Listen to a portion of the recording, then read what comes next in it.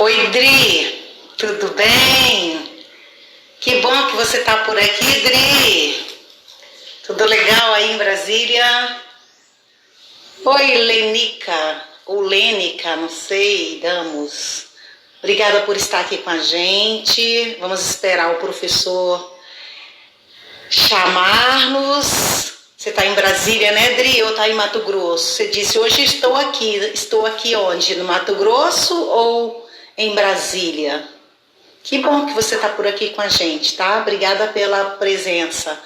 Oi, Glau Ribeiro. Eu acho que é a Gláucia. Isso mesmo, a Gláucia Ribeiro. Tudo bem, Gláucia? Como é que estamos vencendo essa quarentena? Tudo bem, né, pessoal? Não tá fácil, mas a gente está aí tentando, né? Estamos esperando o professor Jonathan entrar para a gente fazer a chamada. É a Gláucia mesmo, está dizendo oi. Ah, isso mesmo, Dri, estamos quase em lockdown, né? Isso aí. Também estou com saudade, Gláucia. Embora a gente está tão perto, né? Mas a gente agora está tão distante, é isso aí. Nossa vida, né? Mas vai passar. Isso já... Afe. Também estou com muita saudade. Saudade de Brasília, saudade desse povo lindo, saudade dos meus queridos também daqui de Mato Grosso, que a gente fica tão confinado em casa, né? Não dá nem pra tomar um cafezinho. Dri, você não pode imaginar o quanto eu estou com saudade dos cafés de Brasília. Ó, o professor Jonathan já está por aqui com a gente, já vou chamá-lo. Aline, muito obrigada por estar aqui com a gente. Jonathan, já vou te adicionar. Estou aguardando agora você aceitar minha chamada. Aline, obrigada por estar aqui conosco. O Jonathan está chegando por aí. Oi! Olá, professora, tudo bem? Tudo bem com você? Eu estou ótima. E você? Você está me ouvindo bem? Agora estou. Deu uma paradinha aqui, mas acho que já resolveu. Então tá bom. Tranquilo? Confinadíssimo? Sim, isolado. O que você está aprontando nesses dias, para além de estudar, claro? Assim, eu continuo trabalhando com a redação, porque eu tenho uma turma de redação aqui, e a gente está trabalhando assim à distância. Os alunos mandam para mim as redações, eu vou corrigindo, dando feedback. Então, eu continuo trabalhando nessa área ainda, da produção do texto. Então, a cabeça está super ocupada, né? Bastante. Isso é bom. Eu tenho dito sempre que é preciso manter a cabeça ocupada, senão a gente pira, né? A gente chega num estágio que a gente não sabe mais o que fazer, né? Tem sido muito estressante mesmo, né? Tem sido. A gente não faz alguma coisa. Embora a gente crie uma agenda, embora a gente crie uma dinâmica de trabalho, mas eu acho que para todo mundo tá difícil, né? Todo mundo tá meio enrolado com esses trecos, embolado na cabeça. Eu tenho dia que eu sei que dia que é dia da semana. Hoje, por exemplo, eu só lembrei que é dia 4 porque eu tinha esse compromisso com você. Mas eu andei pensando que era dia 5. Depois eu falei, não, opa, hoje é dia 4, né? Mas normal. Jonathan, que bom que você está por aqui. É um prazer muito grande. Eu queria dar boas-vindas mais uma vez ao pessoal que chegou depois. A gente tem aí o Juscelino, o professor da UFPI, a Beatriz, que eu não a conheço. Eu estou vendo aqui a Aline, a Adriane de Brasília, está dizendo que saudade da sua companhia pelos cafés na Asa Sul. Eu também estou morrendo de vontade de tomar um café na Beline, na Asa Sul de Brasília. Drica, breve a gente vai estar junto. O Pedro Costa está aqui com a gente. A Gláucia, né, minha assessora do canal. Enfim... Temos bastante pessoas por aqui já, Jonathan. Melhor dizendo, temos 8 pessoas aqui conosco. Eu acho que dá para a gente começar, pode ser? Vamos começar em tempo? Pode. Podemos. Então tá. Eu, como sempre, gosto de fazer uma apresentação assim para não perder o hábito da academia, tá bom? Tá bom. Então tá. Gente, para quem não sabe, o Jonathan Perotto, esse professor, ele é graduado em letras, com habilitação em português e inglês pela Universidade Federal de Mato Grosso e em ciências biológicas pelo Centro Universitário Cândido Rondon. Eu penso que é o NIC, não é isso? Hoje é Centro Universitário. Isso. Ele é professor desde 2010 e desde então ele vem trabalhando com a biologia e a língua portuguesa. Gente, que combinação muito interessante, né? Língua portuguesa e biologia. E principalmente ele atua no campo da leitura e da produção escrita. Ele atua também como revisor de textos acadêmicos desde 2015 e em 2019 ele iniciou o mestrado em ensino na linha Linguagens e seus Códigos, oferecido pela associação por uma associação entre o Instituto Federal de Mato Grosso e a Universidade de Cuiabá, que é o NIC, né, campus de Cuiabá, né? Especificamente, nos estudos dele, ele tem pesquisado sobre os reflexos do branqueamento social e o racismo estrutural na abordagem de literatura na escola pública de ensino básico. Ele é orientado pela doutora Lucy Ferreira Azevedo. Estou certa? É Lucy mesmo, né? Ou Lucy? Lucy. Ela é uma graça. Se é quem eu penso que é da UNIC, uma senhora já de idade, não é isso? Ela é um doce de professora. Nossa, eu amo essa professora. Devo deixar ressaltado que ela é show de bola. Estive com ela numa formação, num encontro, aliás, do Observatório Docente, o ano passado, em Cuiabá. Então, foi o tempo que eu a conheci. Bom, Jonathan, obrigada. E aí, agora você já está em casa, nossos convidados todos já sabem quem é você, efetivamente. E nos interessa muito que você fale um pouco sobre você, e eu vou controlar o tempo, porque a nossa live, ela costuma durar 50 minutos. Antes que a gente caia, eu encerro, porque, infelizmente, depois das 17, 18, por aí, o negócio começa a ficar difícil na internet, né? Então eu opto sempre por encerrar um pouco antes, e não deixar que a nossa live caia. Mas nos interessa saber um pouquinho mais do Jonathan. Quer falar um pouquinho mais pra gente? O que mais você anda fazendo? Quero. Bom, além do trabalho com a redação, né, professora, eu também gostaria primeiro aqui de agradecer, dizer que eu tô com muita saudade de você. A senhora foi a minha primeira professora da primeira disciplina, do primeiro semestre, então olha quanta saudade. A senhora lembra daquele texto que eu fiz do menininho que engoliu o chiclete? Que a senhora me deu nota alta. Verdade, tinha até esquecido, tá vendo? Até hoje eu guardo esse texto. Pois é. Muito que bem. bom que a gente deixa marcas, né? A gente vai, por onde a gente passa, a gente vai deixando as nossas marcas. Mas diga aí. É isso mesmo. Bom, é o seguinte, eu gostaria de dividir com o pessoal e com a senhora, com todo mundo que está nos ouvindo, como que eu acabei me inclinando para esses estudos. Mas aí é bom contar um pouquinho como que eu pisei antes, né, em outros lugares, para ver essa transição. Então, assim que me formei na UFMT, eu comecei a trabalhar numa escola particular, né, muito famosa em Cuiabá, o Colégio Master. E então, assim, é uma escola plural, mas é uma escola particular. A gente sabe muito bem que a maioria dos alunos que vão ter acesso são pessoas que têm dinheiro, tem grana para pagar todo mês e tal. Então, acaba sendo uma questão de um público seleto, de certa forma, né? Uhum. Então, vivi 8 ou 9 anos nesta escola antes de eu ser aprovado no concurso do Estado. Então, eu nunca tinha tido contato com a escola pública como um professor titular mesmo. Já substituí um professor ou outro, mas você não entra com compromisso e com preocupação, né?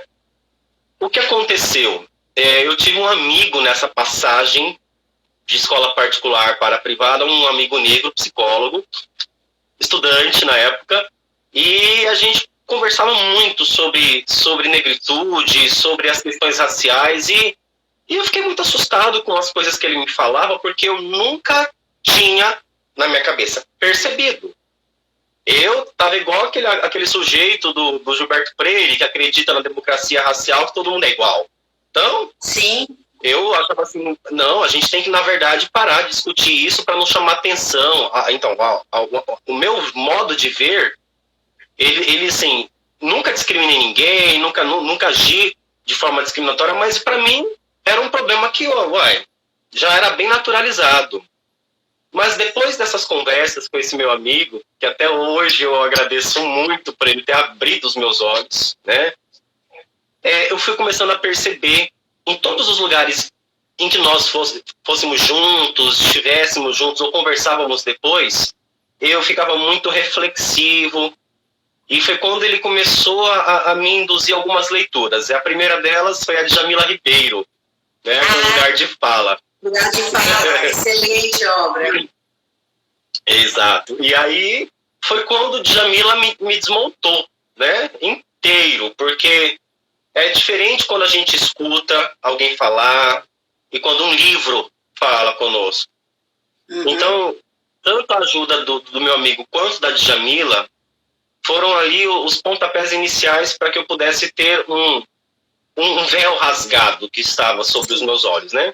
Sim. E quando eu vou para a escola pública, e eu vejo que a maior parte dos meus alunos são pobres, são negros, e infelizmente eu via uma tristeza da falta de perspectiva, porque eles comparavam-se com os alunos das particulares. Eles pensavam assim, professor, não adianta eu lutar contra isso, porque eu não vou chegar lá. E isso me preocupou muito, porque aí, da Djamila, quando eu entendi um pouco sobre o que é branquitude e lugar de fala, e o feminismo negro, que eu comecei a olhar as coisas pela pirâmide de base mesmo, eu comecei a falar, meu Deus, eu preciso fazer alguma coisa que possa contribuir, né, de alguma forma para tentar diminuir a desigualdade social. E quando eu aprendi que a desigualdade social, o maior problema dela é a questão do racismo estrutural, eu pensei que eu deveria estudar, eu fiquei pensando de que forma na linguagem, na letras, a gente poderia discutir isso. Foi muito difícil eu achar um pontapé para relacionar, mas aí depois eu pensei, não tem como senão literatura, né? E a partir disso, então, eu começo a estudar mais esses assuntos até eu ter chegado ao Frantz Fanon, que foi também um divisor de águas na minha vida, um psicólogo, professor negro, importantíssimo, que viveu na Martinica. Necessária, Fanon, nesse momento. Exatamente, para todos. Eu digo que Frantz Fanon, apesar de a linguagem, apesar de ser uma linguagem um pouquinho técnica, não é tão difícil se a gente se esforçar um pouco para ler. Mas eu acho que é um exercício de ler 1, 2, 3 vezes, refletir, voltar de novo na obra. Eu acho que esse é o exercício que a gente tem que fazer. Exatamente. E aí eu lembro que eu chorei bastante depois de ter terminado esse livro. Acho que na metade do livro eu já começava a ter uns rompantes, porque é muito doloroso. Eu por ser branco, eu tinha empatia de ter aquele cuidado do respeito, mas eu nunca tinha tido a empatia de sentir a dor verdadeiramente. Então, eu não vou sentir do outro, né? Se colocar. Eu não vou sentir, nunca senti, nunca vou sentir, mas eu acho que ler Fanon me trouxe tanta lucidez no sentido de, meu Deus, como o problema não é aquilo que a gente pensa, que racismo é só chegar e ofender alguém. Eu não sou racista. Não, tudo bem. A gente não está criticando você ser racista ou não. Nós estamos falando de uma estrutura que antes a gente não enxergava. A escola nos ensina, não nos ensina. A escola não aborda. Ainda que a Lei 10.639 tenha sido homologada, há escolas que só trabalham isso no dia da consciência negra. E fica uma coisa abandonada. Aí a gente vê que a estrutura da escola nunca mudou. O ensino ainda permanece branco, o conteúdo de literatura ainda é visto de um modo branco. Há tantos autores negros maravilhosos, Conceição Evaristo, Carolina Maria de Jesus, que inclusive entram para o PNLD e não vêm para a escola. E aí você vê assim, um abismo imenso. E aí eu fiquei muito, muito chateado, muito incomodado e comecei a pensar, mas se eu discutir racismo, eu não sou negro, será que o meu lugar de fala vai ser conveniente? Aí eu fiquei pensando, meu Deus do céu, mas por onde que eu vou? Aí eu falei, eu vou pelo branqueamento. Porque se eu sou branco e eu vou estudar o branco dentro da relação racial, eu acho que é um ponto de partida bacana.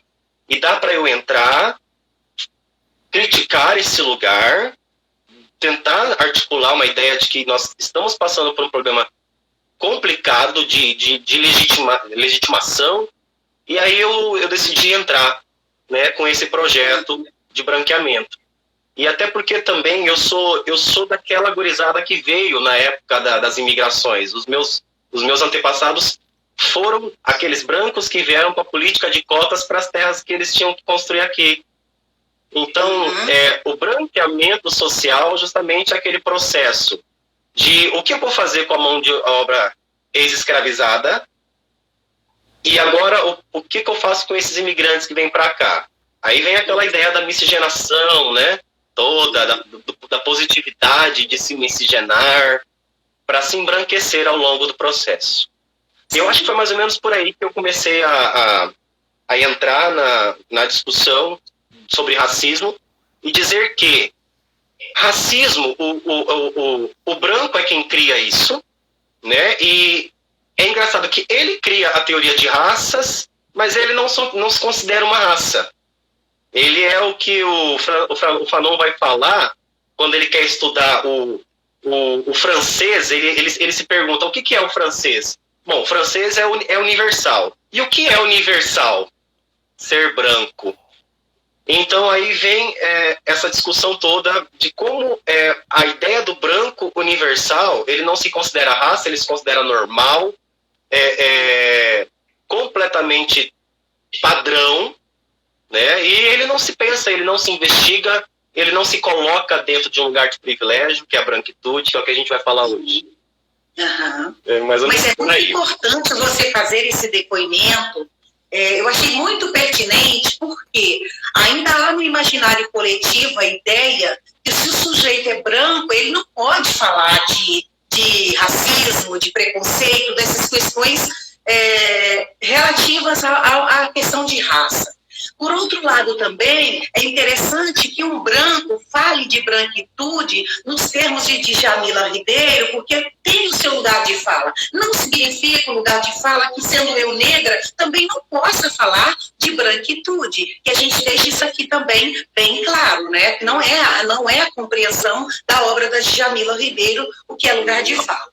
Então, é interessante você fazer todos esses apontamentos para que as pessoas também que estão aqui com a gente e que essas pesquisas que você tem feito têm problematizado a questão do racismo, e a questão do racismo você vai por um viés tão necessário que é a literatura, né? Que eu acho assim, enquanto professores, nós temos esses instrumentos, são muitos instrumentos que nós temos.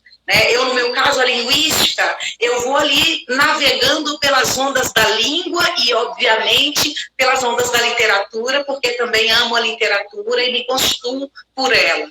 Mas o sujeito que trabalha na perspectiva da literatura, olhando também essas questões, eu acho que ele é muito feliz, porque a literatura nos dá muitas condições para a gente alcançar aquilo que a gente pretende. Então, desde já eu já estou feliz, porque, assim, as pesquisas, as suas incomodações, as suas inquietações, elas partem de um lugar que te incomoda, e esse lugar é o conhecimento, né? Então, isso é maravilhoso. Para mim, que sou formadora, eu fico muito feliz de ouvir você. Tá, então vamos avançar então um pouquinho. Na sua perspectiva, nesses estudos que você tem feito, uma definição de racismo para nós.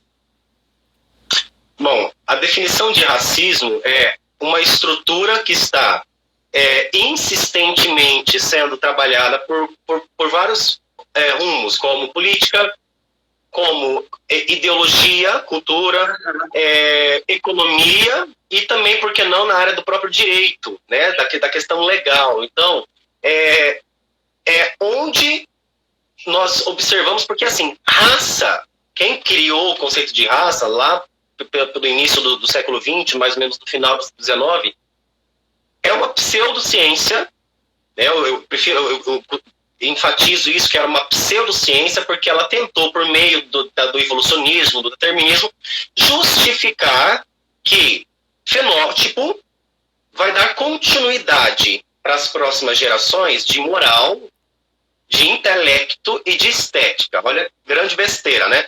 Então, se eu não embranqueço, a minha moral vai ser antiética, porque eu serei negro, eu vou nascer na próxima geração negro. Então, o que é ser negro para aquela gurizada na época? Eu vou ser moralmente inferior, intelectualmente inferior e esteticamente inferior. O que acontece é que, depois que a gente sabe que esse conceito de raça ele é derrubado, mas culturalmente ele não foi. Não adianta, as pessoas que ainda são brancas, elas ainda vão olhar, vão ter aquele olhar de... Eu vejo uma pessoa, por exemplo, eu vi no canal da senhora, a advogada que pretende ser juíza, e quando eu assisti aquilo, eu pensei, cadê aquela ideia que ela falou assim, quando a pessoa foi procurar a doutora e ela teve que enfatizar que era ela, as pessoas elas veem com assombro ou com espanto, porque elas achariam que era uma outra função subalterna, ou que serviria o café, alguma coisa assim. Então, ainda que biologicamente não se explique mais raça, culturalmente as pessoas ainda levam esse credo para frente. Então é aí que a gente entende que racismo é uma estrutura muito bem solidificada em que tem muito bem dividido quem tem privilégio e quem não tem. É aí que a gente discute branquitude, que é o locus do branco, né? O lugar. Então, o que é ser branco dentro das relações raciais? Embora eu seja um branco pobre, ainda que eu seja pobre. Minha mãe, ela veio, né? Ela veio do café, minha mãe foi pro café, ok. Só que minha mãe mesmo, e estava conversando com ela, e todos nós aqui conversamos sobre isso, ela fala, filho, eu sei que a estrutura é assim.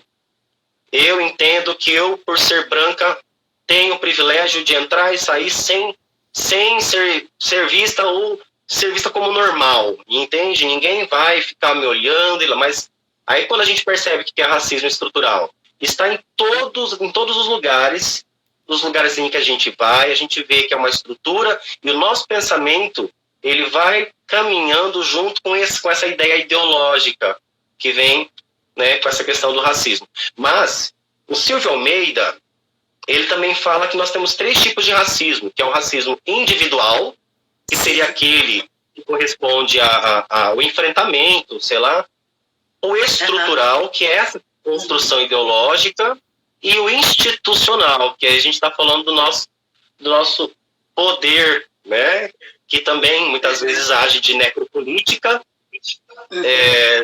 sobretudo nesses momentos. Ah, sim. E esse é um debate que a gente precisaria travar, principalmente nesse momento que a gente está vivendo, né? Deixa eu só te falar uma coisa, Jonathan. Eu fiz uma sequência aqui para a gente não fugir daquilo que a gente está propondo, tá? Você fez uma excelente definição de racismo. Você nos mostra que racismo não é simplesmente uma injúria que alguém nos faz, né, que é muito mais complexo, principalmente quando se fala de racismo estrutural, a gente vai ver que isso está intrinsecamente ligado às questões, como você mostra, econômica, política, histórica, tá? Mas interessante que parece que as pessoas não dão importância sobre a discussão. E aí eu chego no lugar onde quero chegar.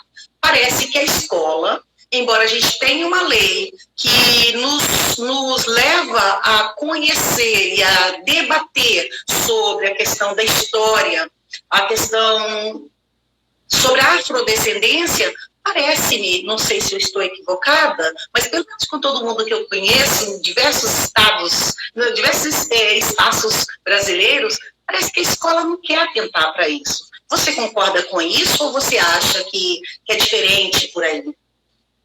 Não, concordo, e por duas razões. Eu concordo primeiro, porque muitos professores não têm nas grades de disciplina nenhuma teoria escrita por um professor negro que possa nos dar uma perspectiva de como lidar isso com os alunos, né? Não só negros como não negros também, né? Ou não brancos como brancos, mas outro motivo é aquela ideia dos anos 90, Helenice, que foi aquela ideia que construíram na nossa cabeça de que a gente tem que não falar, vamos ficar quieto, porque se a gente falar alguma coisa sobre raça ou racismo, a gente pode ser, não que vai ser preso, mas a gente pode ficar numa situação, numa saia justa mesmo. Então, era uma época em que o brasileiro tinha preconceito de ter preconceito.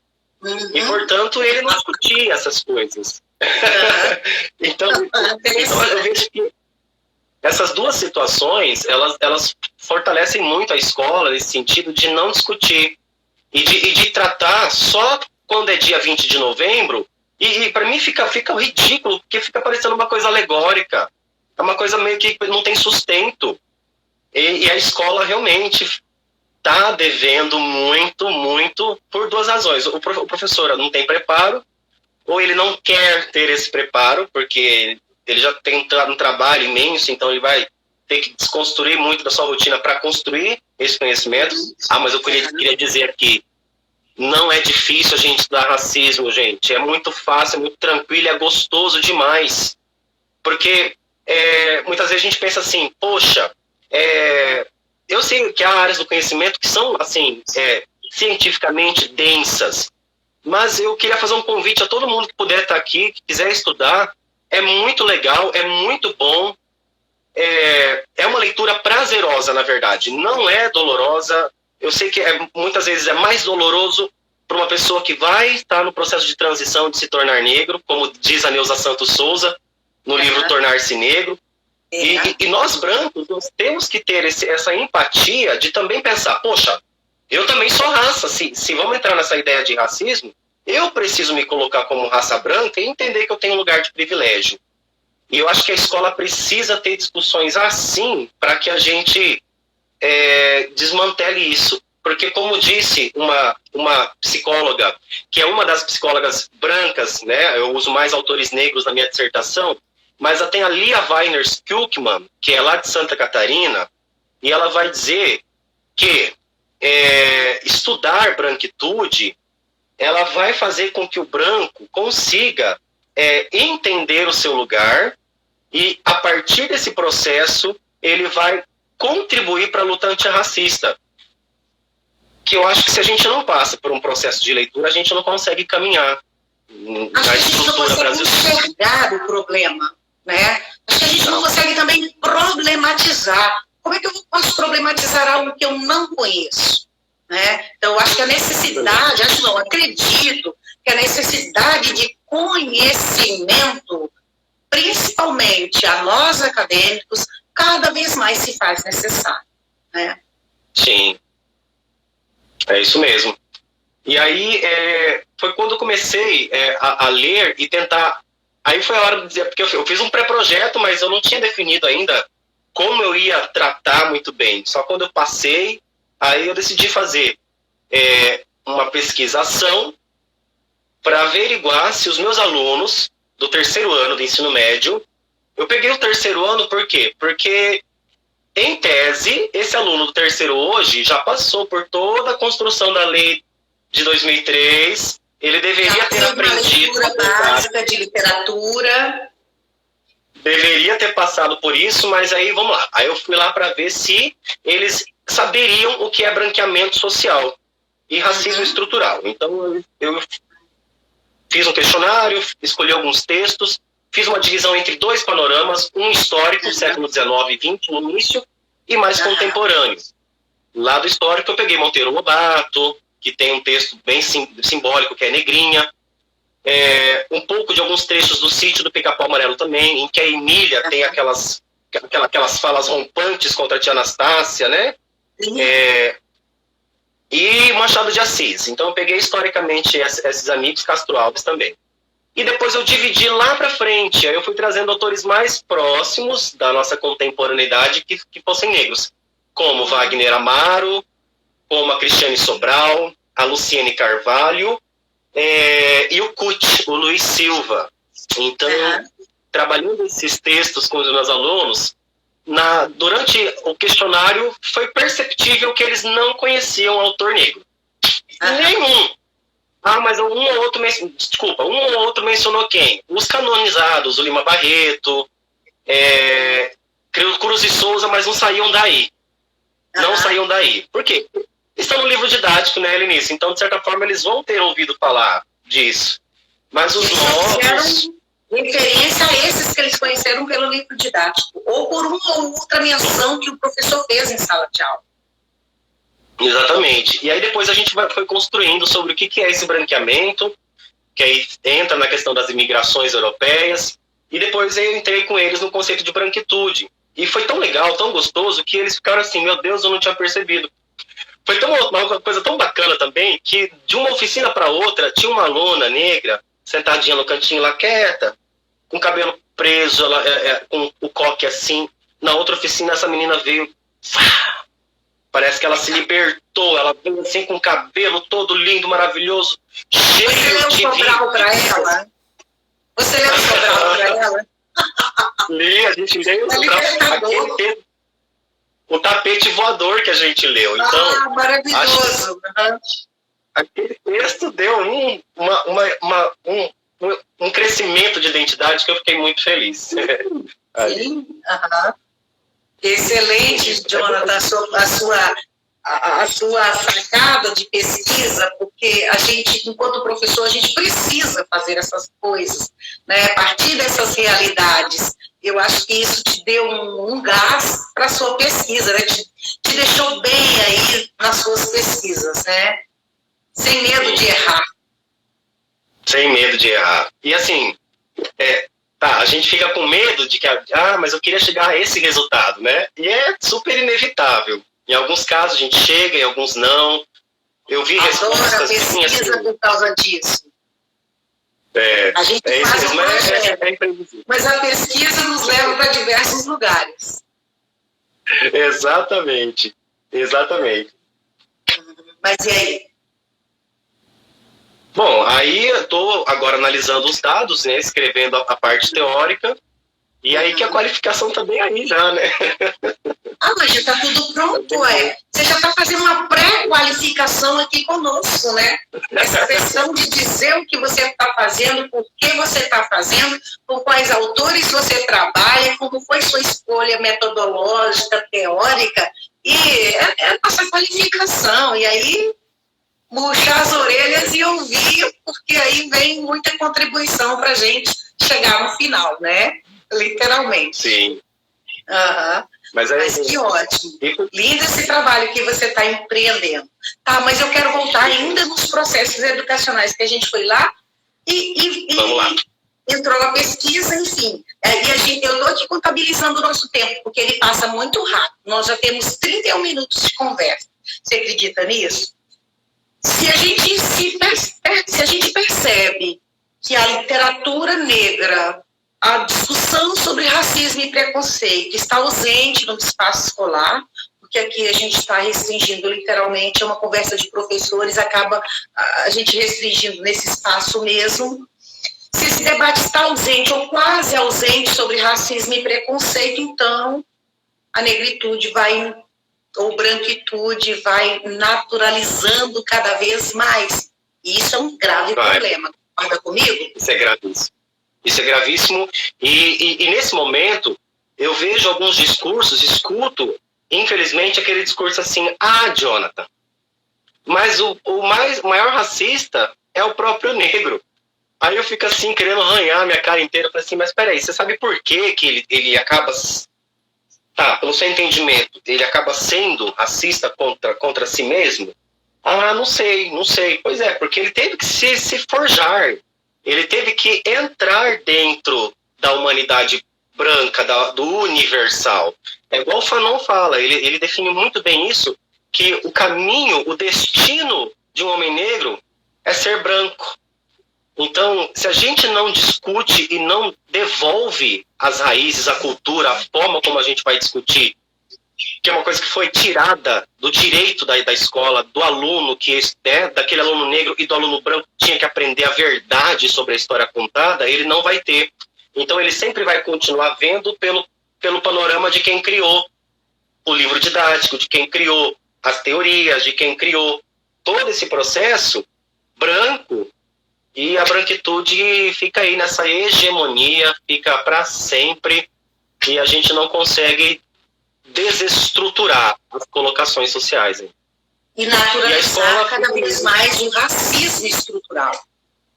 Exatamente. Enquanto acho que o ensino dos professores não for, acho que pelo menos minimamente representativo para todo mundo, certo? Quando ele vai trazer essa representatividade proporcional e não branca, a branquitude não vai deixar de sair da escola do jeito que deve sair.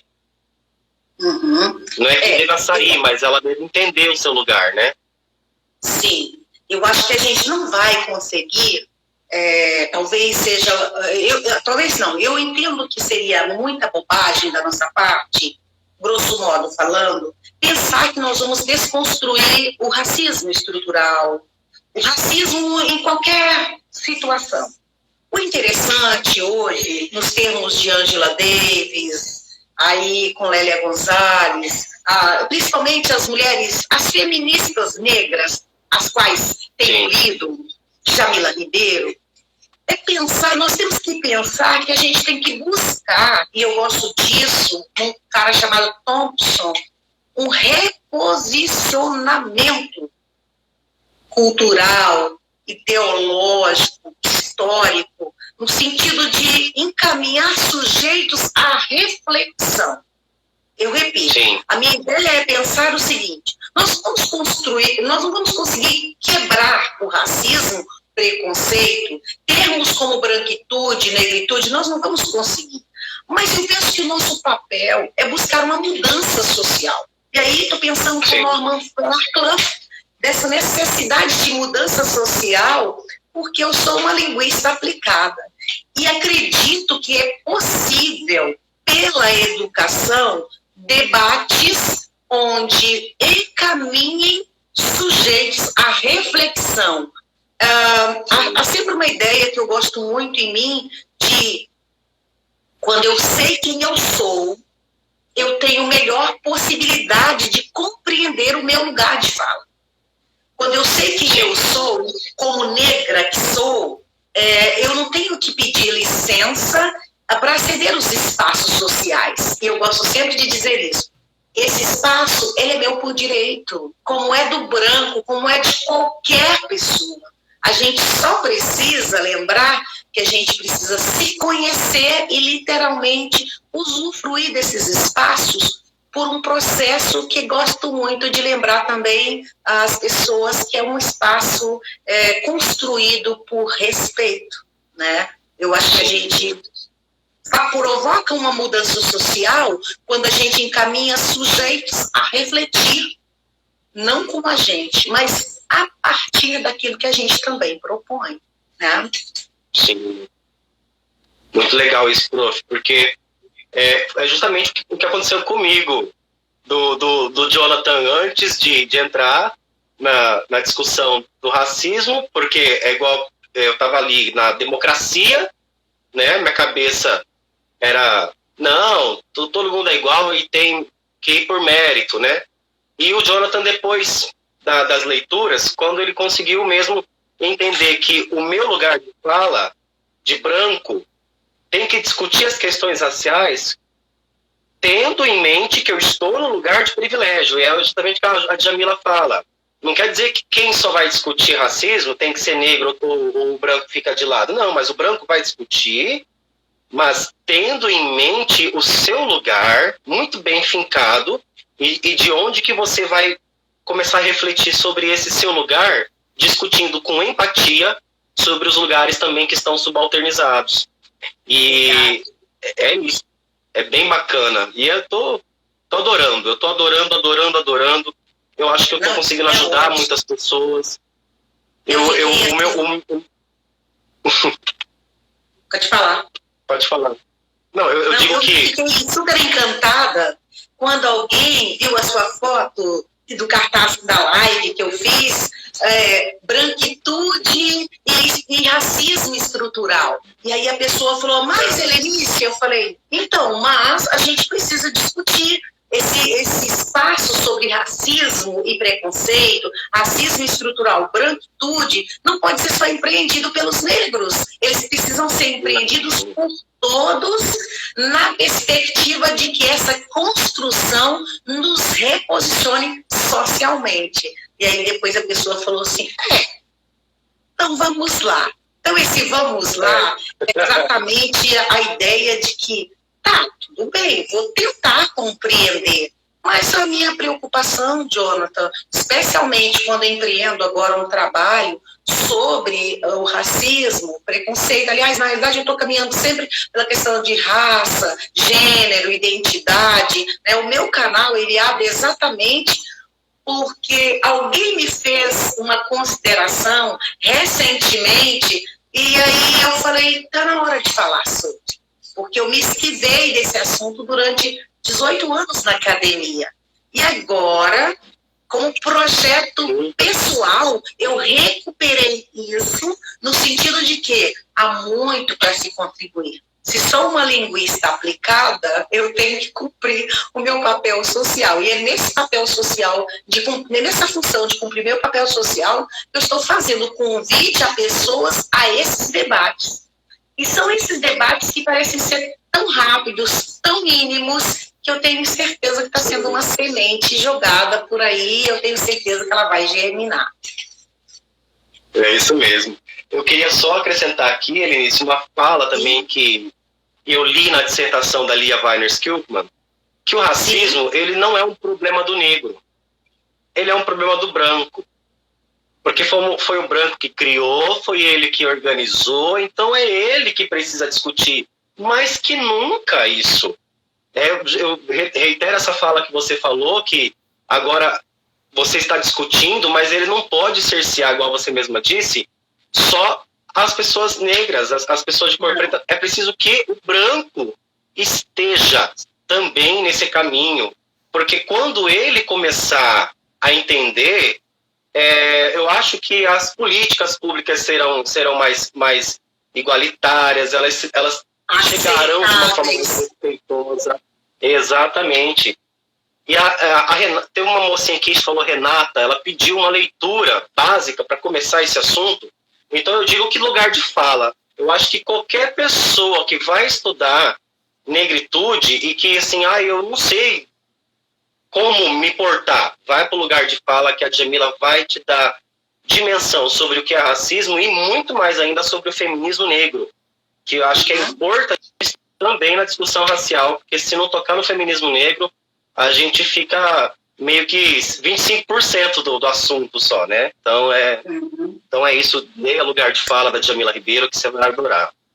Eu acho que também seria importante citar a Angela Davis, naquela obra dela, eu perdi aqui agora, raça, gênero, classe, eu não tenho certeza do título, mas é só buscar. Angela Davis, Patrícia Hill Collins vai tratar desse assunto, o Jonathan já disse, a Djamila Ribeiro, e acho que vale a pena também a gente ir olhando já, conjugando a isso as literaturas importantíssimas, e eu recomendo muito a literatura brasileira, como, por exemplo, o Jonathan já disse aqui, a Conceição Evaristo, né? A Sobral, a Cristiane Sobral, tantas outras mulheres importantes que falam dessas questões, né, Jonathan? Sim, e tem um poema da Luciene Carvalho, no livro Dona, que eu adoro, que é Periférica. Gente, vem aí pra gente. Tem aí? Sim. Oi? Tem aí o texto? Passo? Pego aqui, peraí. É maravilhoso. Eu o livro dela aqui. Nós temos 8 minutos ainda. Vale a pena dar uma lidinha aqui no texto da da Luciene. Enquanto o Jonathan está pegando o texto da Luciene, eu vou ver se tem alguma pergunta aqui para você ou para mim. Deixa me ver aqui. Pessoal, se tiverem alguma pergunta, ainda pode lançar aqui que a gente vai respondendo, tá? Só o pessoal mesmo dizendo, aplaudindo, manda coraçõezinhos aí para nós. Juscelino, se tiver alguma perguntinha. Obrigada, pessoal, por estar aqui com a gente. Tem tanta gente por aqui, tem Cláudia, Juscelino está dizendo que está gostando. O Juscelino diz que estuda a parte anatômica. Eu não sei, ele diz não sei que horário que ele falou isso, mas enfim, é a hora que a gente estava conversando. Mas enfim, pessoal. Enfim, a gente precisa da discussão mesmo. Sim, e saliento que enquanto biólogo também, mais uma vez eu endosso a ideia de que não existe teoria de raça. Foi uma teoria pseudo-inventada para fazer de conta que cada um tem o seu lugar, né? Vamos lá, achei o poema aqui. A Glaucia está me ajudando aqui do livro da Davis, que eu não me lembrei o texto, o título todo, é Mulheres, Raça e Classe. Quem pediu uma indicação aí de leitura, busque Angela Davis e tantas outras aí. Depois a gente pode deixar também uma indicação de leitura, Jonathan, te convido a deixar uma indicação bibliográfica para o pessoal para de repente aproveitar melhor a nossa conversa aqui. Vamos lá que o nosso tempo está acabando. Bora aí. Então, Luciene Carvalho, Periférica. Não sou nova, nem sou antiga, sou inteira. Na astrologia chinesa sou serpente de madeira. Para rebater dor no corpo tomo chá da casca da aroeira. Quando é para falar, falo a minha maneira. Já é madrugada, não dá nada, se alguns consideram estes versos apenas uma besteira. Poesia é assim mesmo, começa e não tem fronteira. Costumam considerar, classificar, rotular, sei lá. Meu verso como popular. Já tá passando da hora de eu fazer a correção. Meu verso é periférico, pulou o muro, entrou pela janela, veio pela entrada de serviço, eu sei disso. Meu verso é pardo como o meu país. Meu verso é onde guardo o olhar que tenho do mundo, que vejo da janela, do fundo, do ônibus, da calçada, andada a pé.